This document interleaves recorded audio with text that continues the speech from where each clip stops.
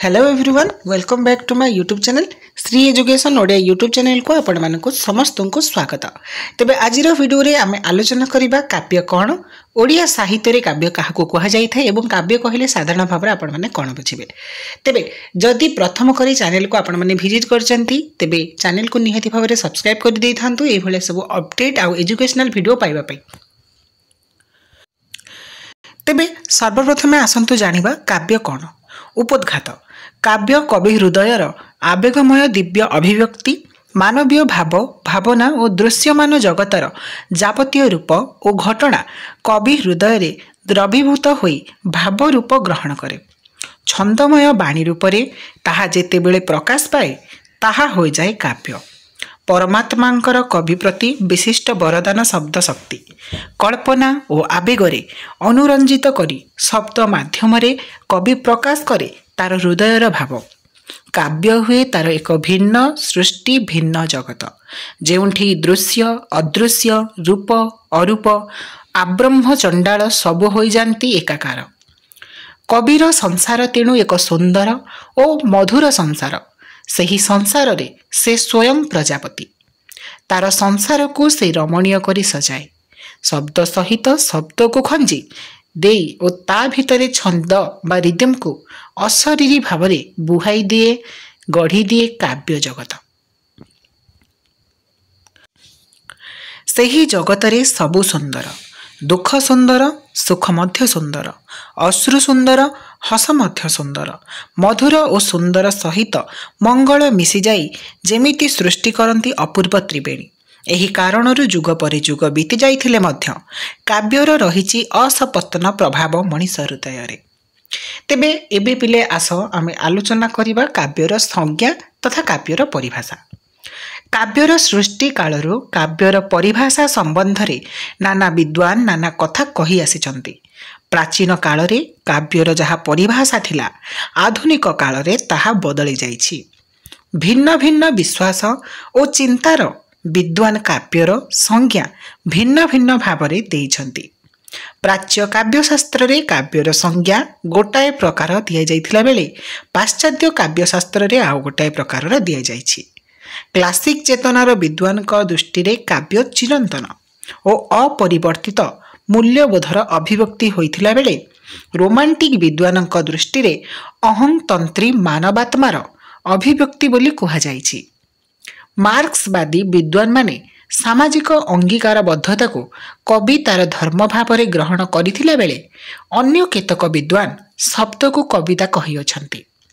आउ केतक काव्य को एक सांगीतिक भाव बा म्यूजिकल थॉट कहिथिला बेले अन्य केही एहाकु सत्य सौंदर्य और कल्पनार समन्वय कहिथांती। उभय प्राच्य और पाश्चात्य साहित्य रे काव्यर परिभाषा संपर्क रे नाना मत प्रदान करा जाय अछि। तेबे पिला माने जो माने प्राच्य मत रे काव्य कोन निहाती भाव रे जानिबा को चाहूछ चाहिले मध्ये नोट करि पार। तेबे प्राच्य मत रे काव्यर संज्ञा तथा परिभाषा कोन आसंतो जानिबा। प्रथम आलंकारिक भामह काव्यर संज्ञा देबाकु जाहि कहिसंती शब्दार्थ साहित्य काव्यम अर्थात शब्द और अर्थर सहभाव ही काव्य। परवर्ती देख आचार्य भरत नाट्य शास्त्र रे कहिसंती जे जेउ रचना मृदु मधुर ललित पदावली समन्वित गूढ़ शब्दार्थ रहित और रसयुक्त ताहा ही काव्य। जदि यह नृत्य उपयोगी और संधि संधान युक्त हुए तेबे ताहा नाटक पदवाच्य हो जाए। 3 नंबर देख आलंकारिक कुंतक मतरे जहा शब्द और अर्थर सहभाव रे वक्र भाव प्रकाश करे ताहा ही काव्य। यह ही वक्र कवि व्यापार शालिनी। चतुर्थरे आचार्य ममटंक मतरे तददस्व शब्दार्थो सगुणा बनलंकृति पुनः क्वापि जेउ रचना दोष रहित गुण शब्द और अर्थ सहभाव युक्त ताहाको काव्य कहा जाए। एथिरे अलंकार थाई पारे अथवा न थाई पारे। परवर्ती देख विश्वनाथ कविराज मत देले साहित्य दर्पण रे तांकर से दर्शाइचंती वाक्यं रसात्मकं काव्यं अर्थात रसमय निर्दोष वाक्य ही हेउछि काव्य। पंडित जगन्नाथ तांकर रस गंगाधर ଗ୍ରନ୍ଥରେ କହିଛନ୍ତି ରମଣୀୟାର୍ଥ ପ୍ରତିପାଦକ ଶବ୍ଦ କାବ୍ୟମ୍ ଅର୍ଥାତ୍ କାବ୍ୟରେ ଶବ୍ଦ କେବଳ ଅର୍ଥଯୁକ୍ତ ହେଲେ ଯଥେଷ୍ଟ ନୁହେଁ, ତାହା ରମଣୀୟ ଅର୍ଥ ପ୍ରକାଶ କଲେ କାବ୍ୟ ହୁଏ। ରାଜଶେଖର ତାଙ୍କର କାବ୍ୟ ମୀମାଂସା ଗ୍ରନ୍ଥରେ କହିଛନ୍ତି କାବ୍ୟର ଶରୀର ଶବ୍ଦାର୍ଥ, ରସାଦି ଆତ୍ମା, ଗୁଣ ଶୌର୍ଯ୍ୟ ପରି, ଦୋଷ କାଣତ୍ୱ ସଦୃଶ୍ୟ, ରୀତି ତାର ଅବୟବ, ଅଳଙ୍କାର ଶରୀରର କଟକ କୁଣ୍ଡଳ ପରି। ତେବେ କାବ୍ୟର ଆତ୍ମା କ'ଣ? ମଣିଷର ଯେପରି ଶରୀର ଓ ଅବୟବ ଅଛି ବା ଅଙ୍ଗ ପ୍ରତ୍ୟଙ୍ଗ ରହିଛି, କାବ୍ୟର ସେହିପରି ଶରୀର ତଥା ଅଙ୍ଗ ପ୍ରତ୍ୟଙ୍ଗ ବା ଅବୟବ ରହିଛି। ଆତ୍ମା ବିନା ଶରୀରର ଯେପରି ମୃତବତ, ସେହିପରି ଆତ୍ମା ବିନା କାବ୍ୟ ସଜୀବ ହୁଏ ନାହିଁ। ପ୍ରଥମ, କାବ୍ୟର ଆତ୍ମା ରୂପେ ଆନନ୍ଦବର୍ଦ୍ଧନ ଧ୍ୱନିକୁ ଗ୍ରହଣ କରିଅଛନ୍ତି। ତାଙ୍କ ମତରେ କାବ୍ୟାସାତ୍ମା ଧ୍ୱନି। ବାମନଙ୍କ ମତରେ କାବ୍ୟର ଆତ୍ମା ରୀତି, ରୀତିରାତ୍ମା କାବ୍ୟସ୍ୟ। ବିଶ୍ୱନାଥ ରସକୁ କାବ୍ୟର ଆତ୍ମା ରୂପେ ମତବ୍ୟକ୍ତ କରିଛନ୍ତି। କୁନ୍ତକ କିନ୍ତୁ ବକ୍ରୋକ୍ତିକୁ କାବ୍ୟର ଆତ୍ମା କହିଛନ୍ତି। ସେହିଭଳି ପଣ୍ଡିତ ଜଗନ୍ନାଥଙ୍କ ମତରେ ରମଣୀୟତା ହିଁ କାବ୍ୟର ଆତ୍ମା। ରସକୁ କାବ୍ୟର ଆତ୍ମା ରୂପେ ଅଧିକାଂଶ ସମର୍ଥନ କରିଥାନ୍ତି। ତେବେ ମନେ ରଖିଥାଅ ପିଲେ, କାବ୍ୟର ଆତ୍ମା ହେଉଛି ରସ, ରୀତି, ତା ସହିତ ତମର ବକ୍ରୋକ୍ତି ମଧ୍ୟ ଏବଂ ତମର ଅନ୍ୟାନ୍ୟ ଯେତିକି ଯେଉଁ ରହୁଛି ଧ୍ୱନି ମଧ୍ୟ ହେଲା। କିନ୍ତୁ ମୂଳ ମନେ ରଖିବ, କାବ୍ୟର ଆତ୍ମା ହେଉଛି ରୀତି। ତେବେ ଚମତ୍କାରିତା ହିଁ କାବ୍ୟର ଆତ୍ମା। ଆଧୁନିକ ଯୁଗରେ ଶ୍ରୀ ଅରବିନ୍ଦଙ୍କର ଅଭିମତ ମଧ୍ୟ ଗ୍ରହଣଯୋଗ୍ୟ। ଆଧୁନିକ ଯୁଗରେ ଭାରତବର୍ଷର ଜଣେ ମନୀଷୀ ଶ୍ରୀ ଅରବିନ୍ଦ କାବ୍ୟ ସମ୍ପର୍କରେ କହନ୍ତି, poetry is the rhythmic voice of life, but it is one of the inner and not one of the surface voice. ଜୀବନର ଛନ୍ଦମୟ ଅଭିବ୍ୟକ୍ତି ହିଁ କାବ୍ୟ ବା କବିତା। ଏହି ସ୍ୱର ବା ଅଭିବ୍ୟକ୍ତି ଅନ୍ତର୍ନିହିତ, ସ୍ଥୂଳ ବାହାର ଜଗତର ନୁହେଁ। ପ୍ରକୃତରେ କବିତା କବି ହୃଦୟର ଅନ୍ତର୍ନିହିତ ଭାବର ଛନ୍ଦମୟ ମଧୁର ଅଭିବ୍ୟକ୍ତି।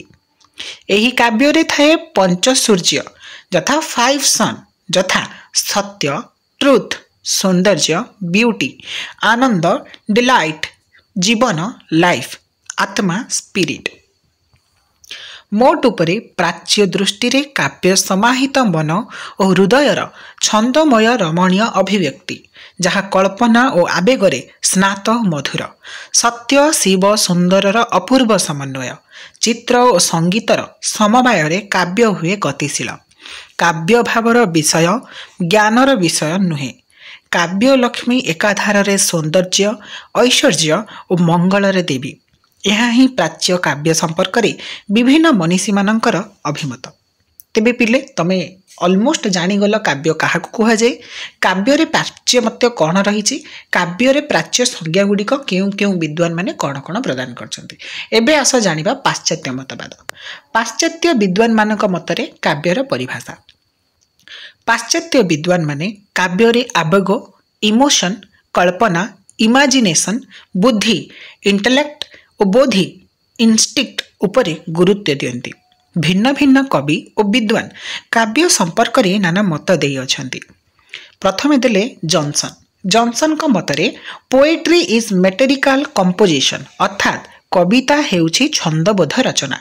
ସେ ପୁଣି କହିଛନ୍ତି କବିତା ହେଉଛି ସତ୍ୟ ସହିତ ଆନନ୍ଦକୁ ମିଶାଇ ଦେବାର ଏକ କାଳ୍ପନିକ କଳା। ତାପରେ କହିଲେ ତମର କିଏ ନା କାର୍ଲାଇଲଙ୍କ ମତରେ poetry we will call musical thought, ସାଙ୍ଗୀତିକ ଭାବନା ହିଁ କାବ୍ୟ ବା କବିତା। ପରବର୍ତ୍ତୀ ଦେଖ କବି ସେଲିଙ୍କୁ, ଯିଏକି ରୋମାଣ୍ଟିକ କବି। ତାଙ୍କ ମତରେ poetry is the record of the best and happiest moments of the happiest and best minds. କବିତା ସର୍ବୋତ୍ତମ ଆନନ୍ଦମୟ ମୁହୂର୍ତ୍ତ ଗୁଡ଼ିକର ସର୍ବୋତ୍ତମ ସମାହିତ ମନର ଦଲିଲ। ତାପରେ ଦେଖ କଲିନ୍ସଙ୍କ ମତରେ poetry the best words in the best order. ସେହିଭଳି ଓଟ୍ସୱାର୍ଥଙ୍କ ମତରେ poetry is the spontaneous overflow of powerful feelings. କବିତା ହେଉଛି ଶକ୍ତିଶାଳୀ ଅନୁଭବର ସ୍ୱଚ୍ଛନ୍ଦ ପ୍ରବାହ। ସେ ପୁଣି କହିଛନ୍ତି କବିତା ହେଉଛି ପରଫେକ୍ଟ ସ୍ପିଚ୍ ଅଫ୍ ମ୍ୟାନ୍। एहीपरि पाश्चात्य विद्वान माने काव्यर नाना परिभाषा देई अछंती। प्राच्य और पाश्चात्य विद्वान मानक काव्य संपर्कित अभिमत गुड़ी को मिलाई देखिले जना जाए उभय काव्य रे शब्द चमत्कारिता, सांगीतिकता, छंदबोधता और कल्पना उपरे गुरुत्व देई अछंती। प्राच्य विद्वान माने जेपरि रस, गुण, ध्वनि, वक्रोक्ति और अलंकार उपरे प्राधान्य देई अछंती, पाश्चात्य विद्वान माने ताहा करि नाहंती। सेमाने काव्यर स्वच्छंदता, शक्तिशाली अनुभव और जीवनर समीक्षा उपरे गुरुत्व देई अछंती। तेबे पिले आबे आसंतु आमे जानिबा काव्यर प्रयोजन। काव्यर लक्ष्य धर्म और जश प्रदान। यह मध्य आयु साधक और हितकात्मक। आचार्य भरत एही मत प्रदान करती। भामह कहती काव्य धर्म, अर्थ, काम और मोक्ष चतुर्वर्ग फल प्रदान करने को समर्थ। तथा धर्मार्थ काम मोक्षेषु वैचक्षण कलासु च करोति कीर्ति प्रीतिं च साधु काव्य निषेवसम। आचार्य रुद्रट मध्य काव्यर प्रयोजन भावरे धर्म, अर्थ, काम और मोक्ष को ग्रहण करियछंती। से मध्य कहिछंती जे काव्य विपद निवारण करे, रोगरु मुक्ति दिए, अभीष्ट वर प्राप्ति करे और अनर्थ को उपशम करे। सत्काव्य व्यक्तिर हृदय आबिलता और दुष्प्रवृत्ति को दूरे दिए। आचार्य ममट कहती काव्य जसर्थकृते व्यवहादे शिवेतर क्षतये सद्य परिनिवृत्तय कांता सम्मित तयोपदेश जुजे। काव्य जस प्रदान करे, अर्थ प्राप्ति कराए, सामाजिक स्तर रे व्यवहार ज्ञान संपर्क रे शिक्षा दिए, शिवेतर क्षति बा अमंगल संपर्क रे चेतई दिए, कांता बा प्रियतमा परी कोमल मधुर उपदेश दिए एवं विपद निवारण करे। तेबे काव्यर रचनार हेतु कौन आसंतु जानिबा। काव्य जेकोसी व्यक्ति लेखि पारंती नाही। एथिपाई तीनोटी विषय रे ज्ञान आवश्यक, यथा नैसर्गिक प्रतिभा, निर्मल शास्त्र ज्ञान, सतत अभ्यास। आचार्य दंडी एही तीनोटी शक्ति उपरे गुरुत्व देई अछंती। रुद्रटंक मतरे शक्ति, व्युत्पत्ति, अभ्यास काव्यर हेतु। आचार्य ममट कहती काव्यर हेतु हेउचे शक्ति, निपुणता एवं अभ्यास। उपरोक्त तीनोटी विषय भिन्न भिन्न शुणा जाउथिले बा जणा जाउथिले ही भाव किंतु समान। नैसर्गिक प्रतिभा ही शक्ति, निर्मल शास्त्र ज्ञान ही व्युत्पत्ति बा निपुणता तथा अभ्यास को समस्त ग्रहण करियछंती। जणे अभ्यास बलरे कवित्व शक्तिर विकास कराई पारे। तेबे काव्य रचनार त्रिविध धारा कोन आसंतु जानिबा। काव्य रचनार अछि तीन प्रकारर भाव, यथा प्रभु सम्मति भाव, सखा सम्मति भाव एवं कांत सम्मति भाव। गुरु सम्मति भावर काव्य उपदेश धर्मी, यह निरस। सखा समित भावर काव्य सख्य भावद्योतक। एही काव्यर कवि मित्र बा समधर्मी व्यक्तिर परामर्श ग्रहण करी काव्य लेखे। कांता सम्मित भावर काव्य कांतार ललित मधुर प्रेम परी मधुर और रमणीय। यह चित्त उल्लासक। तेबे प्राच्य मतरे काव्यर भेद। प्राच्य मत्ୟରେ काव्य को दुईटी भागरे विभक्त करा जाए, यथा स्वरूप भित्तिक तथा शैली भित्तिक काव्य। स्वरूप भित्तिक काव्य यह दुई प्रकारर, यथा श्रव्य काव्य एवं दृश्य काव्य। दृश्य काव्य को नाटक कहा जाए। समग्र प्राचीन साहित्य रे नाटक को काव्य रूपे ग्रहण करा जाय अछि। श्रव्य काव्य को पाठक निजे पढ़ी बा सुनी आनंद लाभ करे, दृश्य काव्य को देखि आनंद पाए। तापर शैली भित्तिक काव्य। शैली भित्तिक काव्य मध्य तीन प्रकारर, तथा गद्य काव्य, पद्य काव्य, मिश्र काव्य। तेबे गद्य काव्य कौन ना, गद्य काव्य चारि प्रकारर, यथा वृतगंधी, उत्कलिका, मुक्तक और चूर्णक। एहीपरि काव्य मानकरे वर्ण, मात्रा, जतिपाति आदर निश्चित नियम न थाए। पद्य काव्य। पद्य काव्य वर्ण, मात्रा, लयर निश्चित नियम थाए। एथिरे थाए छांद बा छंद, राग रागिणी, निर्दिष्ट कथावस्तु, चरित्रायन, वर्णना, प्राचुर्य इत्यादि। यह दुई भागरे विभक्त, यथा प्रबंध काव्य, मुक्तक। प्रबंध काव्य। प्रबंध काव्य रे थाए एक निर्दिष्ट कथा बा कहानी भाव सहित ताहा संबंधित मध्य रही थाए।